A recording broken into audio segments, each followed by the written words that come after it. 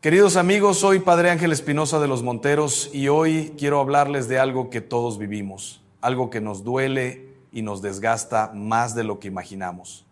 El enojo, la molestia, esa irritación que surge cuando alguien nos defrauda, nos hiere o simplemente no actúa como esperábamos. ¿Cuántas veces hemos sentido ese fuego interior, esa indignación que parece justa, que parece merecida y sin embargo nos deja exhaustos, amargados, atrapados en un ciclo que no nos permite avanzar?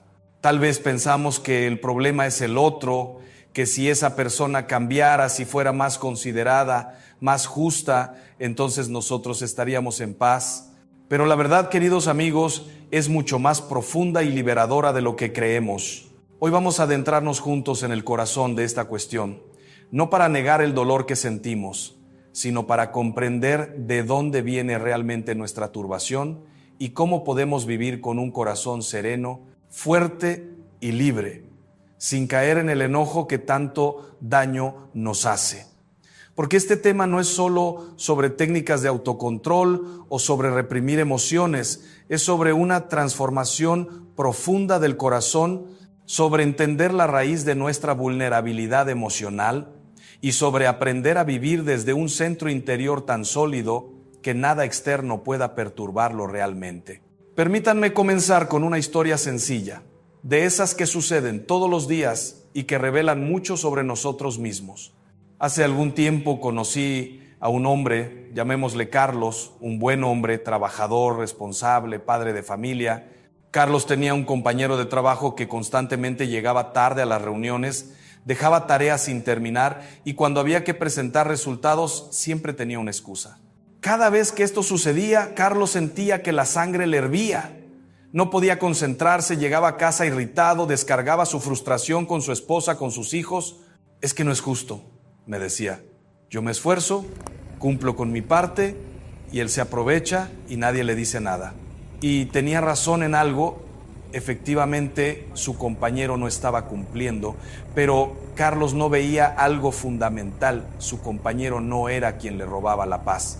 Era él mismo, con su manera de interpretar la situación, con sus expectativas, con su necesidad de que las cosas fueran como él consideraba justo. Y así pasaban los meses.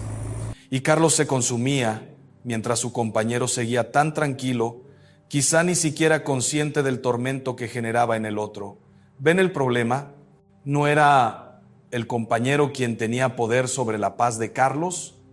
Era Carlos quien le entregaba ese poder cada vez que se enojaba. Lo interesante de esta historia es que cuando profundizamos más, descubrí que Carlos había crecido en una familia donde él, siendo el mayor, siempre tuvo que cargar con las responsabilidades que sus hermanos menores no cumplían.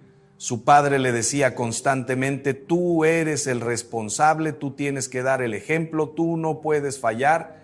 Y Carlos creció con esta carga, sintiéndose siempre obligado a hacer las cosas bien, mientras veía cómo otros se salían con las suyas sin consecuencias. Entonces, cuando en su trabajo adulto se encontraba con alguien irresponsable, no solo estaba viendo a ese compañero, estaba viendo toda su historia, toda esa injusticia antigua que nunca había sanado. Su enojo no era proporcional a la situación presente, era proporcional a años y años de frustración acumulada. Y esto, queridos amigos, es algo que nos pasa a muchos. Nuestro enojo presente casi siempre tiene raíces en el pasado, en heridas antiguas que nunca cerraron bien. Ahora bien, antes de continuar, quiero que quede muy claro algo. No estoy diciendo que ignoremos las injusticias, que hagamos como si nada cuando alguien actúa mal, que nos volvamos indiferentes. No se trata de eso. Se trata de comprender dónde está realmente la raíz de nuestra turbación. Porque una cosa es reconocer que algo está mal, que alguien actúa de manera incorrecta o irresponsable, y otra muy distinta es permitir que eso nos robe la serenidad, que nos llene de resentimiento, que gobierne nuestras emociones y nuestros días. El enojo, queridos amigos, casi nunca es proporcional a la ofensa. Casi siempre es desproporcionado, porque se alimenta no solo de lo que sucedió, sino de nuestras heridas previas, de nuestras inseguridades, de nuestras expectativas frustradas, de nuestro orgullo herido. Y eso es lo que debemos mirar con honestidad, con valentía, sin engañarnos a nosotros mismos. Pensemos un momento en lo que realmente sucede cuando nos enojamos. Alguien dice algo que no nos gusta o hace algo que nos parece injusto y de inmediato sentimos una reacción interior. El corazón se acelera, la mente comienza a dar vueltas, empezamos a construir argumentos, a recordar otras situaciones similares, a imaginar conversaciones donde le decimos todo lo que pensamos. Y mientras tanto, esa persona que nos molestó tal vez ya ni se acuerda, tal vez está tranquila, tal vez está cenando con su familia. Pero nosotros seguimos ahí, consumiéndonos, rumiando, permitiendo que ese momento gobierne todo nuestro estado de ánimo. ¿Quién sale perdiendo? No el otro, nosotros, siempre nosotros. Y entonces la pregunta no es cómo hacer para que el otro cambie, porque eso no está en nuestras manos. La pregunta es cómo hacer para que nuestro corazón permanezca en paz, independientemente de lo que hagan o dejen de hacer los demás. Y fíjense en algo muy importante.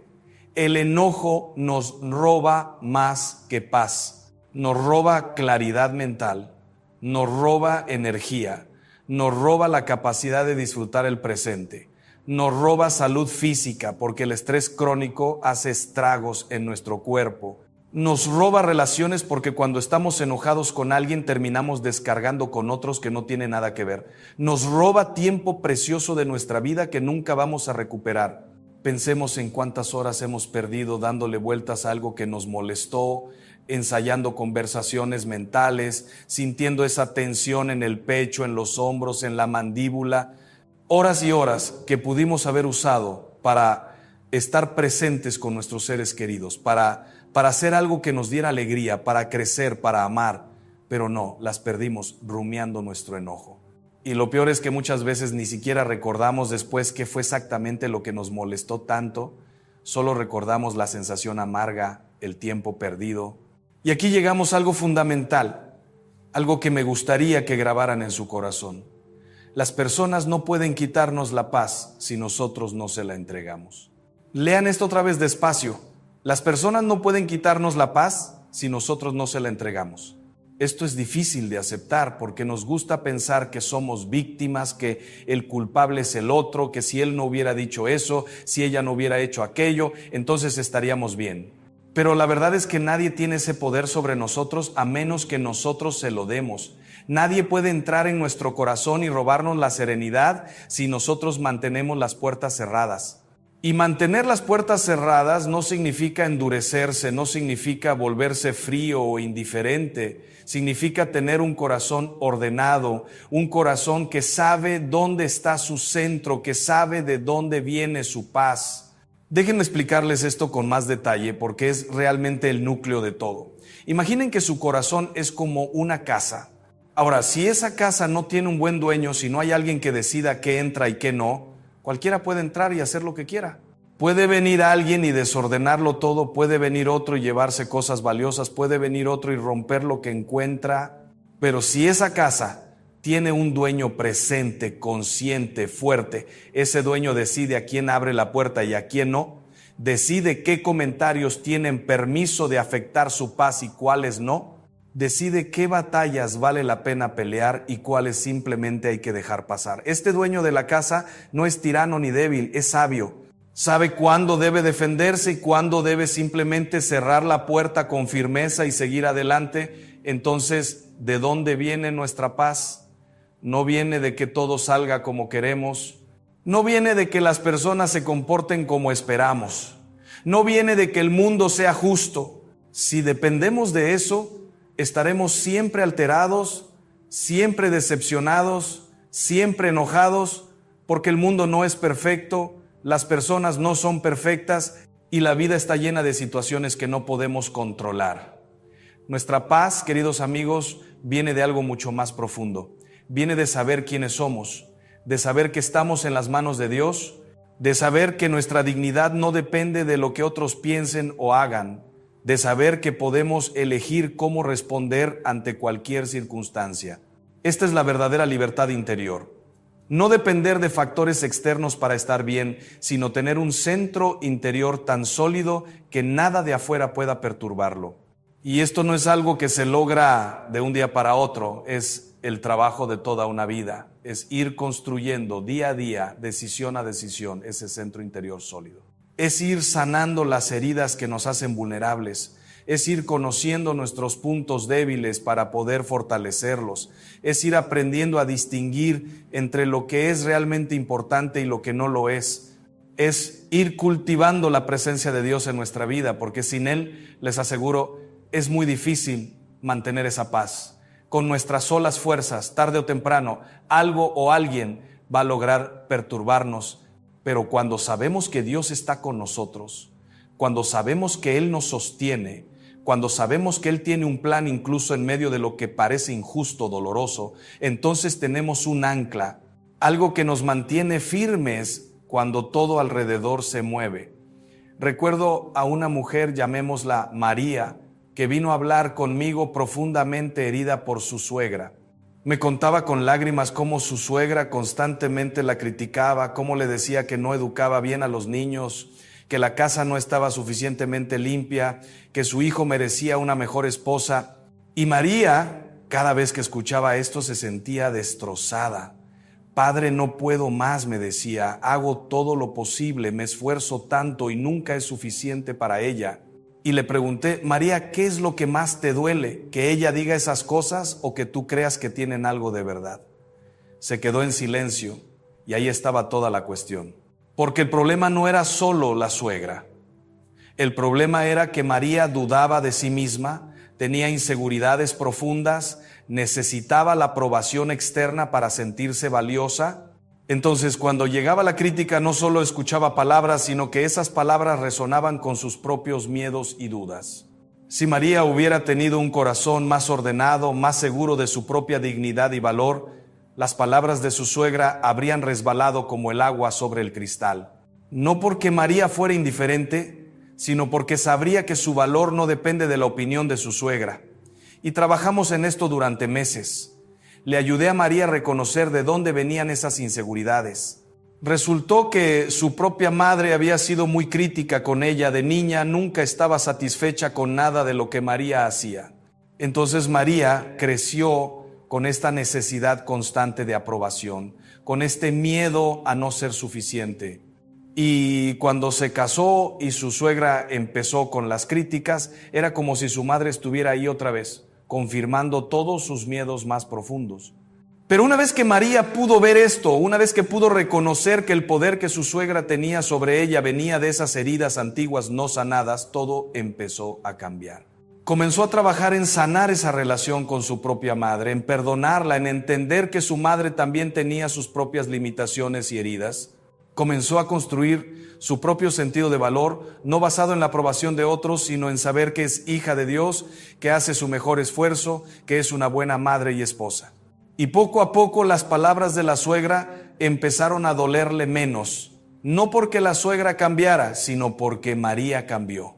Y eso, queridos amigos, es lo que quiero que entiendan. El cambio tiene que venir de adentro, no de afuera.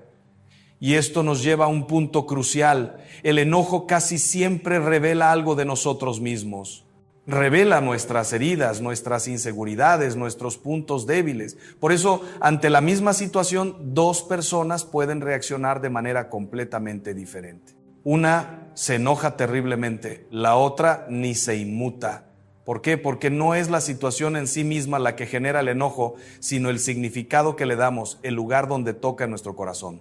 Si alguien critica mi trabajo y yo estoy seguro de que hice mi mejor esfuerzo, la crítica no me perturba. Puedo escucharla, puedo aprender si hay algo válido, pero no me derrumba.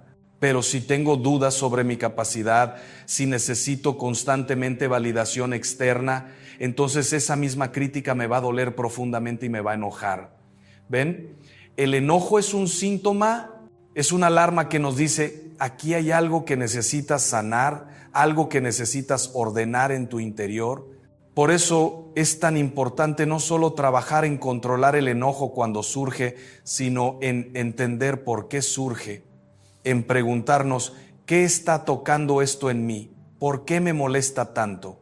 ¿Qué me dice esto sobre mis propias vulnerabilidades? Y esto requiere honestidad brutal con nosotros mismos. Requiere estar dispuestos a ver cosas de nosotros que tal vez no nos gustan. Requiere reconocer que tal vez no somos tan maduros como creíamos, que tal vez tenemos heridas más profundas de lo que pensábamos, que tal vez nuestro orgullo es más grande de lo que quisiéramos admitir. Pero esta honestidad, aunque duele, es liberadora, porque solo cuando reconocemos el problema podemos empezar a trabajar en la solución. Entonces, ¿cómo no enojarse nunca con nadie? La respuesta no está en controlar a los demás, ni en evitar situaciones difíciles, ni en reprimir las emociones. Está en trabajar en nuestro propio corazón, en conocernos a nosotros mismos, en sanar nuestras heridas, en ordenar nuestros afectos, en fortalecer nuestra libertad interior. Es un trabajo profundo, un trabajo de toda la vida, pero es el único camino verdadero hacia la paz. Y déjenme decirles algo, este trabajo no es fácil, requiere humildad, porque implica reconocer que el problema no siempre es el otro, que muchas veces somos nosotros con nuestras expectativas irreales, con nuestras demandas desmedidas, con nuestro orgullo herido. Requiere valentía porque implica mirar dentro de nosotros mismos y ver esas partes que no nos gustan, esas inseguridades, esos miedos, esas necesidades no satisfechas. Pero les aseguro que vale la pena. Les aseguro que cuando empiezan a hacer este trabajo, cuando empiezan a sanar y a crecer, la vida cambia de una manera hermosa. Pensemos ahora en algo muy concreto, las expectativas. ¿Cuánto sufrimiento viene de ahí?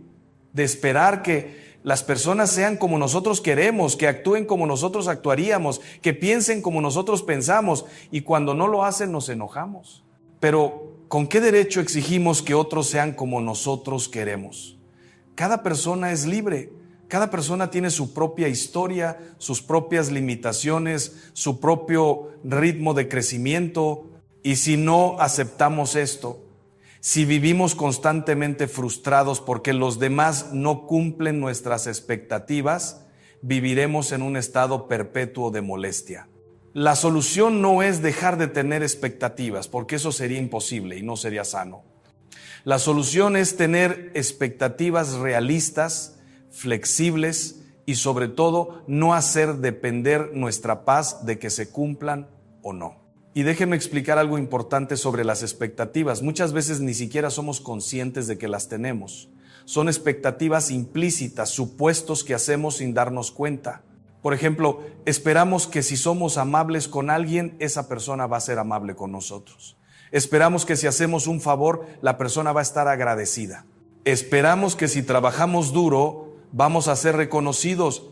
Esperamos que si amamos a alguien, esa persona nos va a amar de la misma manera. Y cuando estas expectativas implícitas no se cumplen, nos sentimos traicionados, defraudados, enojados. Pero nadie nos prometió nada de eso. Somos nosotros quienes construimos esas expectativas en nuestra mente.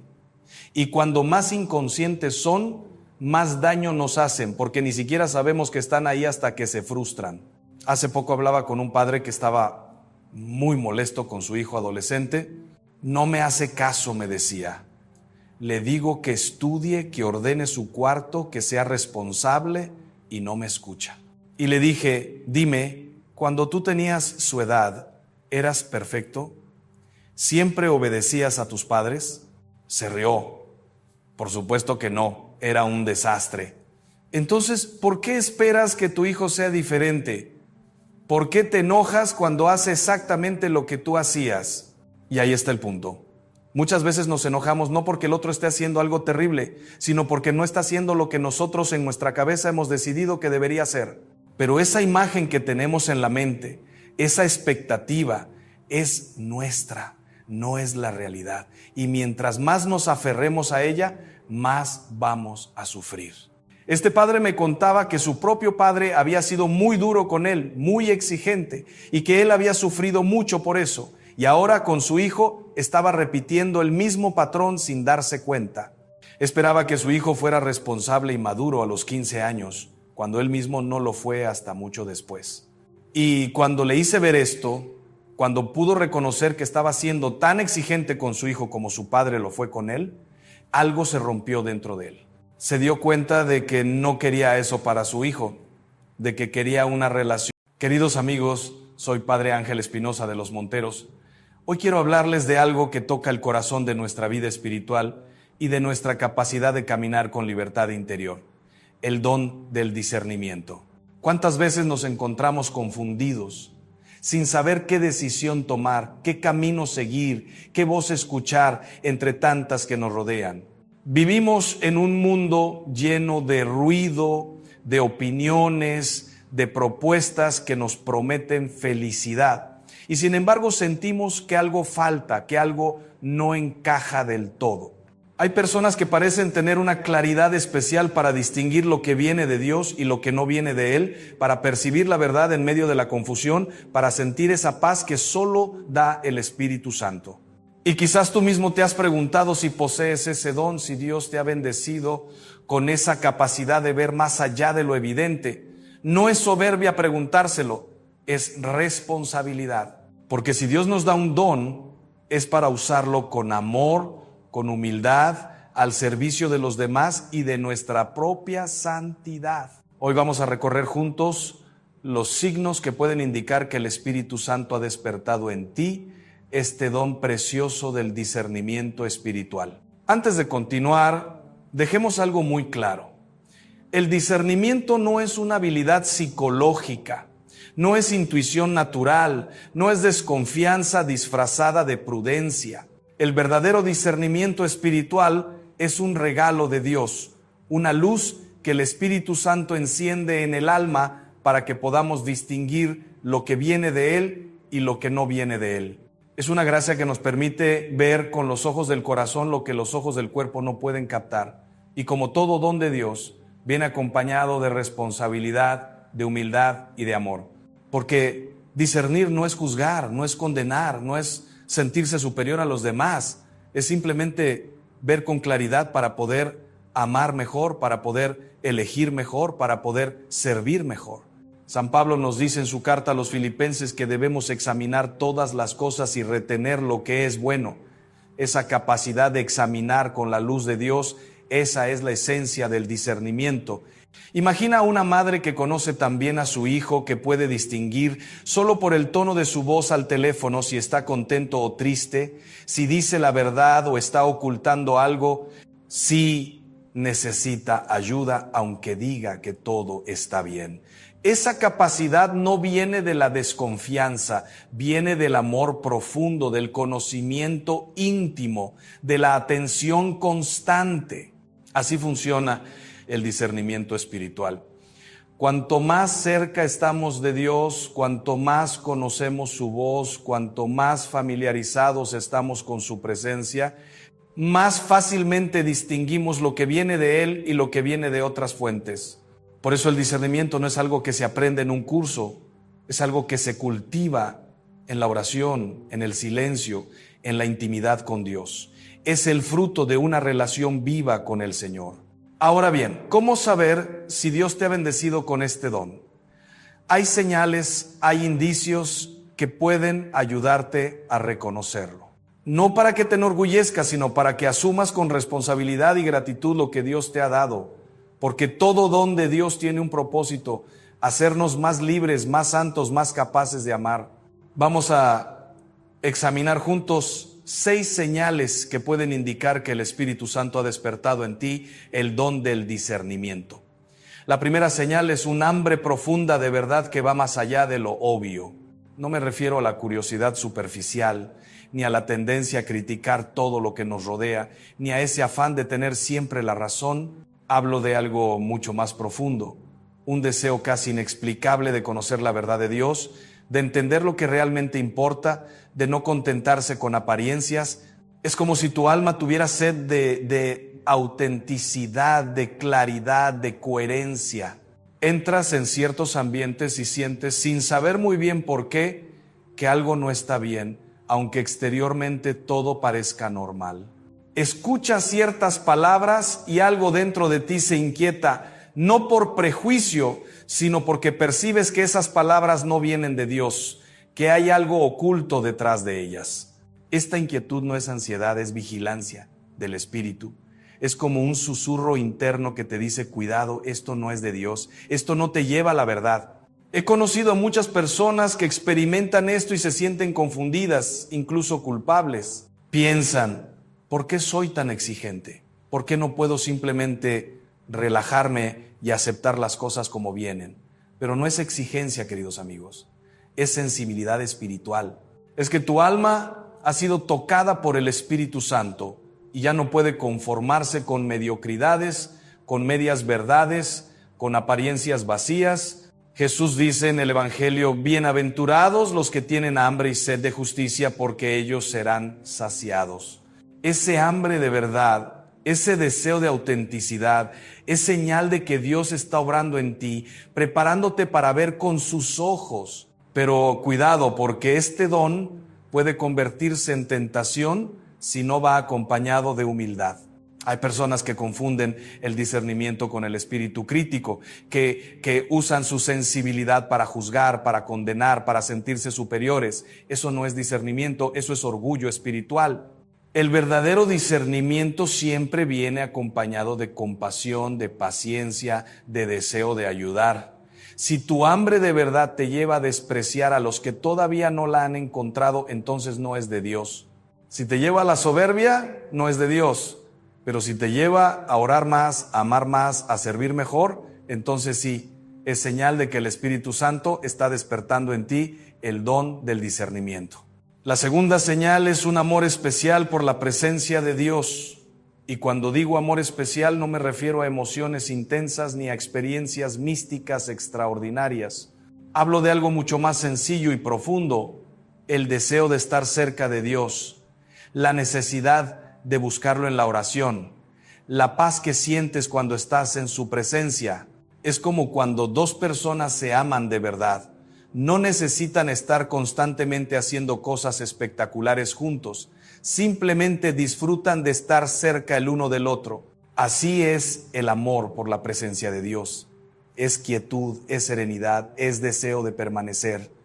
Recuerdo una vez que visité a una familia muy ocupada, con muchos hijos, con 1000 responsabilidades.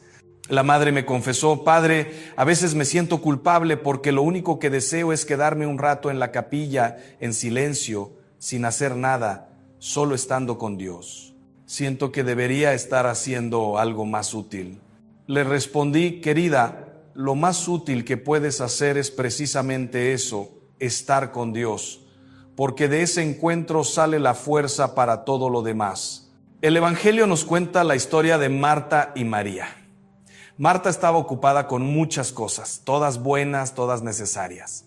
Pero María había elegido la mejor parte, sentarse a los pies de Jesús y escucharlo. Y Jesús defendió la elección de María, no porque el trabajo de Marta no fuera importante, sino porque sin ese encuentro íntimo con Dios, todo lo demás pierde su sentido. Si tú sientes ese amor por la presencia de Dios, si buscas momentos de silencio para estar con Él, si la oración no es para ti solo un deber, sino una necesidad del corazón, entonces es muy probable que Dios esté cultivando en ti el don del discernimiento. Porque es precisamente en la presencia de Dios donde aprendemos a distinguir su voz del ruido del mundo. Es allí donde nuestro corazón se afina, donde nuestros oídos espirituales se abren, donde nuestra sensibilidad se purifica. El salmista dice, ¿a quién tengo yo en el cielo sino a ti? Y fuera de ti nada deseo en la tierra. Ese es el corazón que Dios prepara para el discernimiento. Un corazón enamorado de Él, un corazón que busca su rostro por encima de todas las cosas.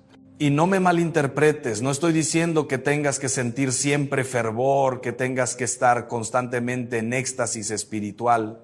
La vida de oración tiene sus altibajos, sus momentos de consolación y sus momentos de aridez. Pero lo que importa es la fidelidad, la constancia, el deseo profundo de estar con Dios incluso cuando no sientes nada. Porque el discernimiento no nace de las emociones, nace de la relación. Y las relaciones se cultivan día a día con fidelidad, con paciencia, con amor verdadero. La tercera señal es una sensibilidad especial a la atmósfera espiritual de los lugares y las personas. Quizás has experimentado esto. Entras en un lugar y sin saber por qué sientes paz, sientes que algo bueno está presente allí. O al contrario, entras en otro lugar y sientes inquietud, pesadez, como si algo no estuviera bien. No hay nada visible que lo explique, pero tu espíritu percibe algo que tus ojos no ven. Esta capacidad de percibir la atmósfera espiritual es una de las manifestaciones más claras del don del discernimiento. Hace años conocí a una mujer muy sencilla, sin muchos estudios, pero con una vida de oración profunda. Me contó que cuando visitaba ciertos lugares sentía una opresión en el pecho, una necesidad urgente de orar, como si percibiera que allí había sufrimiento espiritual, confusión, oscuridad. Y efectivamente después descubría que en esos lugares habían ocurrido cosas dolorosas, que había personas viviendo en pecado grave, que había divisiones y conflictos. Su sensibilidad no era morbosa curiosidad, era don de Dios que la llamaba a interceder, a orar, a llevar luz donde había oscuridad. San Juan nos dice en su primera carta: probad los espíritus si son de Dios. Esta es una llamada al discernimiento, una invitación a no aceptar todo acríticamente, a examinar con la luz del Espíritu Santo lo que se presenta ante nosotros. Pero atención, esta sensibilidad no es para vivir con miedo, no es para volvernos paranoicos o desconfiados, es para protegernos, sí, pero sobre todo para capacitarnos para ser instrumentos de la gracia de Dios. Cuando percibes oscuridad en un lugar, no huyas simplemente con desprecio, ora, intercede, lleva la luz de Cristo con tu presencia, con tu oración, con tu testimonio. San Pablo nos recuerda que no nos ha dado Dios espíritu de cobardía, sino de poder, de amor y de dominio propio. El discernimiento viene acompañado de fortaleza, no de miedo.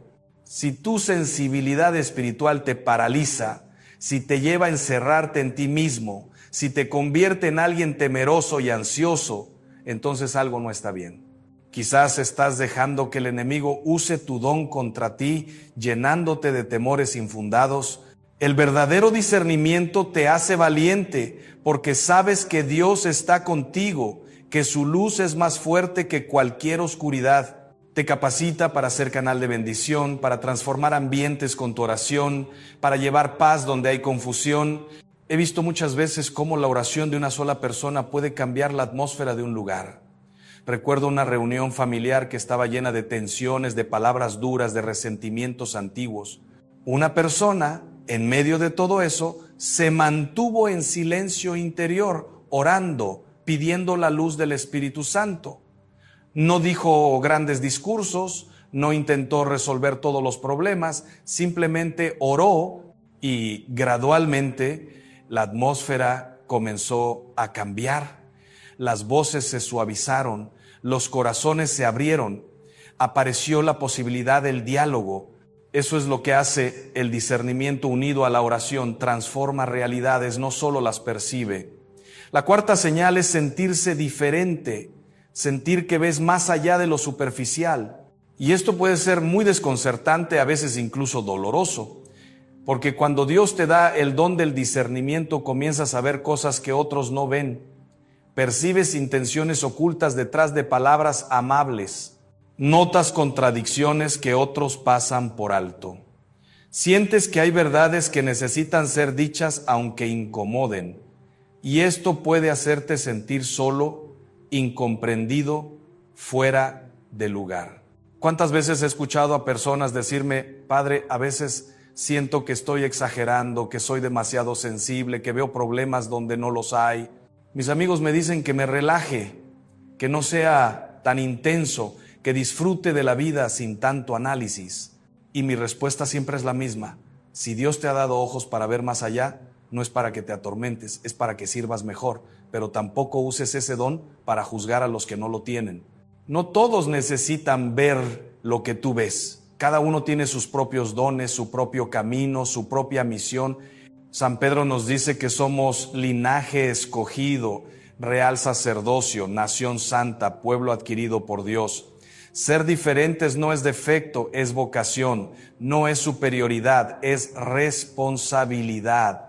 Dios te ha llamado a ver con sus ojos para que puedas interceder mejor, para que puedas advertir a tiempo, para que puedas ser luz en medio de la confusión. Pero recuerda siempre que ese don no te hace mejor que los demás, solo te hace diferente en tu servicio. Y sí, a veces serás incomprendido. A veces tus advertencias no serán escuchadas. A veces te sentirás solo en medio de la multitud. Pero no permitas que eso te llene de amargura o de resentimiento. Jesús mismo fue incomprendido, rechazado, considerado exagerado por muchos. Si caminas con Él, no debes sorprenderte de compartir su experiencia. Lo importante es mantener la humildad, mantener el amor, mantener la paciencia. No impongas tus percepciones a los demás. Compártelas con delicadeza, con respeto, dejando que cada uno haga su propio camino, y si no te escuchan, no te desesperes, sigue orando, sigue amando, sigue siendo fiel. Dios sabrá hacer su obra a su tiempo. Hay una tentación muy sutil que acompaña a este don, la tentación del aislamiento. Pensar como los demás no me entienden, mejor me alejo, mejor me quedo solo con Dios. Pero Dios no te ha dado el don del discernimiento para que te aísles, te lo ha dado para que seas fermento en medio de la masa, sal que da sabor, luz que ilumina. No huyas de la comunidad porque sea imperfecta. Precisamente allí es donde tu don es más necesario. Quédate, sirve, ama, aunque duela, aunque no te comprendan, esa es tu vocación. La quinta señal es una capacidad especial para reconocer la voz de Dios. No me refiero a voces audibles, a fenómenos extraordinarios. Hablo de esa certeza interior, de ese susurro del Espíritu Santo que te guía, que te advierte, que te consuela. Es una voz que trae paz, no confusión.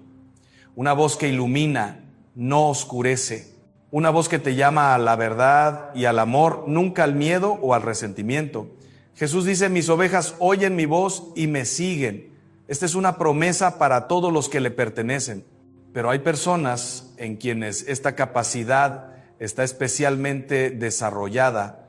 Personas que han cultivado tanta intimidad con Dios, que reconocen su voz con claridad, que distinguen cuándo es Él quien habla y cuándo son sus propios deseos, sus propios miedos o las voces del mundo que intentan confundirlas. He visto esto muchas veces en la dirección espiritual. Hay personas que vienen con sus dudas, con sus preguntas, y en medio de la conversación puedes percibir cómo el Espíritu Santo les habla, les da luz, les muestra el camino. Y ellas lo reconocen, sienten esa certeza interior que va más allá de las razones humanas. No pueden explicar del todo cómo lo saben, pero lo saben. Es la voz del pastor que conocen, que aman, que siguen. A veces esta voz se manifiesta como un impulso repentino de orar por alguien. Estás ocupado en tus cosas y de pronto sientes que necesitas orar por una persona específica, aunque no sepas qué le está pasando. Y después descubres que precisamente en ese momento esa persona estaba atravesando una dificultad, una tentación, un momento de confusión. O a veces es una palabra que surge en tu corazón, una palabra de consuelo, de aliento, de advertencia, y sientes claramente que debes compartirla con alguien. No viene de ti, viene de más allá de ti. Es Dios que quiere hablar a través de ti. Pero cuidado, porque aquí también hay que discernir. No todo impulso viene de Dios. No todo pensamiento que cruza por nuestra mente es inspiración divina. Por eso es tan importante filtrar todo a través de la palabra de Dios, someterlo a la oración, compartirlo con personas de confianza que puedan ayudarnos a discernir. El Espíritu Santo nunca contradice las Escrituras, nunca va contra la enseñanza de la iglesia, nunca nos impulsa a hacer algo que violaría el mandamiento del amor. Recuerdo a un hombre que vino a verme convencido de que Dios le había dicho que debía dejar a su esposa para casarse con otra mujer, con quien, según él, podría servir mejor a Dios. Le pregunté: ¿y cómo sabes que eso viene de Dios? Me respondió: porque siento paz cuando pienso en ello. Le dije: querido hermano, eso no es paz, es autoengaño. Dios nunca te pediría que rompieras un sacramento, que traicionaras tus votos, que causaras dolor a tu esposa. Eso no viene de Dios, viene de tu propio deseo, disfrazado de inspiración espiritual. Y aunque fue difícil para él aceptarlo, Finalmente reconoció que se había dejado engañar por sus propias emociones. Por eso es tan importante que la capacidad de reconocer la voz de Dios vaya siempre acompañada de humildad, de apertura a la corrección, de sometimiento